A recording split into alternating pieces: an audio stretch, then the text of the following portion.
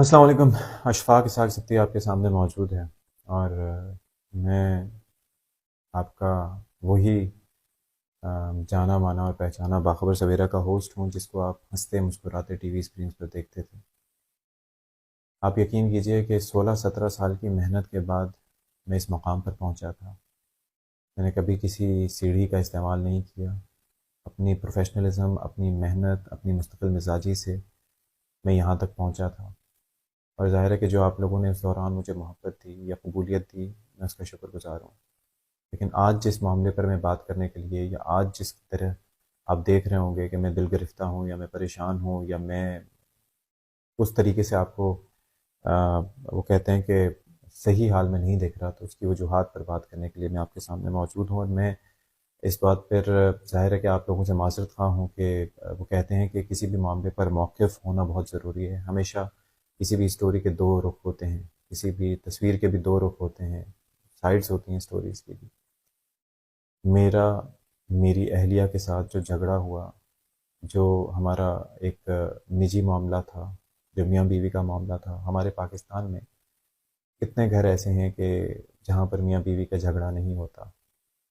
لیکن اس معاملے کو جس طریقے سے پروجیکٹ کر کے میری کریکٹر اسیسینیشن کی جا رہی ہے، جس طریقے سے وہاں پر مختلف طرز کے انفلوئنس لگائے جا رہے ہیں، یعنی کہ ایک شخص جو آج تک شریف تھا، اس کو ایک دم جو ہے درندہ بنا کر پیش کیا جا رہا ہے۔ میری ذاتی زندگی کو جگہ جگہ اچھالا جا رہا ہے۔ ان معاملات پر بات کی جا رہی ہے کہ جن کے بارے میں کوئی نہیں جانتا۔ مجھے اس کا بہت افسوس ہے۔ ایک معاملہ تو وہ ہے کہ جس کا لیگل سائڈ ہے، نمائکہ جن کے ساتھ یہ سارا معاملہ ہوا، جو جھگڑا ہوا ہمارا، اس کی بنیاد کیا تھی، کس وجہ سے ہوا، ظاہر ہے کہ it's a police case. Police اس معاملے کو انویسٹیگیٹ کر رہی ہے، اور پولیس اس معاملے کو اسی طرز پر دیکھے گی۔ لیکن ساتھ ہی ساتھ دوسرا معاملہ جو ہے جس کے اوپر میں چاہ رہا تھا کہ میں بات کروں، وہ ہے اس کا میڈیا ٹرائل۔ ہم اکثر اس معاملے پہ آواز اٹھاتے رہے ہیں، میں اپنے شو میں یہ آواز اٹھایا کرتا تھا کہ میڈیا ٹرائل کسی کا نہیں ہونا چاہیے۔ یعنی کہ ایک جانب عدالتیں موجود ہیں، دوسری جانب آپ میڈیا کی عدالت لگا کر بیٹھے ہوئے ہیں،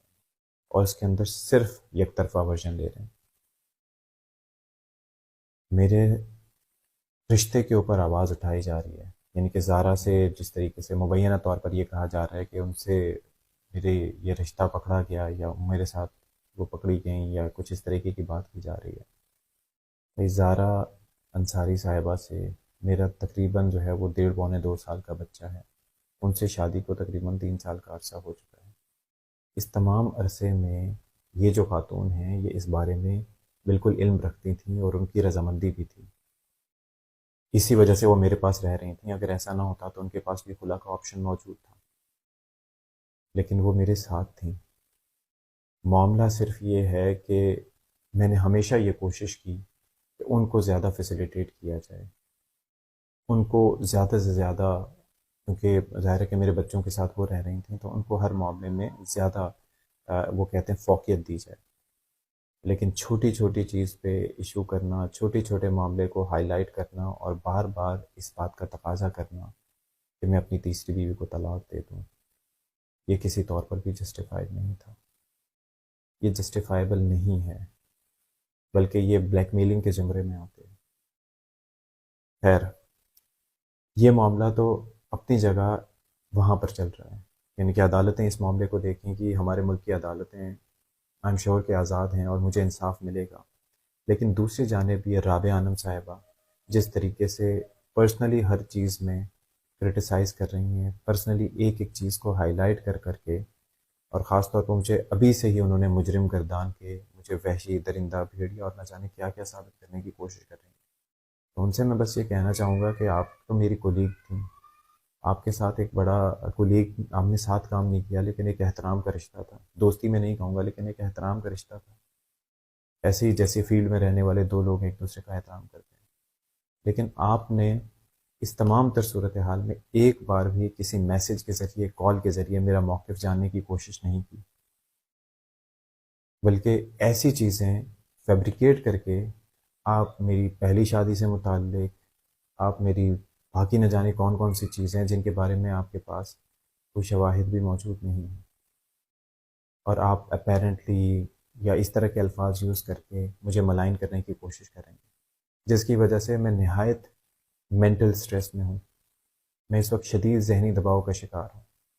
میری بیوی کو، میرے بچوں کو جن کی تصویریں لگائی گئیں، ان کو ڈیتھ تھریٹس آ رہے ہیں، ان کو اور بھی سنگین تھریٹس آ رہے ہیں، مجھے خود سنگین تھریٹس آ رہے ہیں۔ میں ایک نون فگر ہوں، لوگ مجھے جانتے ہیں، لوگ مجھے پہچانتے ہیں۔ آپ کی اس حرکت کی وجہ سے اگر میں ذہنی دباؤ میں آ کے اپنی زندگی کا خاتمہ کر لوں، کہ انسان بند گلی میں آ جاتا ہے تو اس کے پاس کوئی اور آپشن نہیں رہ جاتا تھا،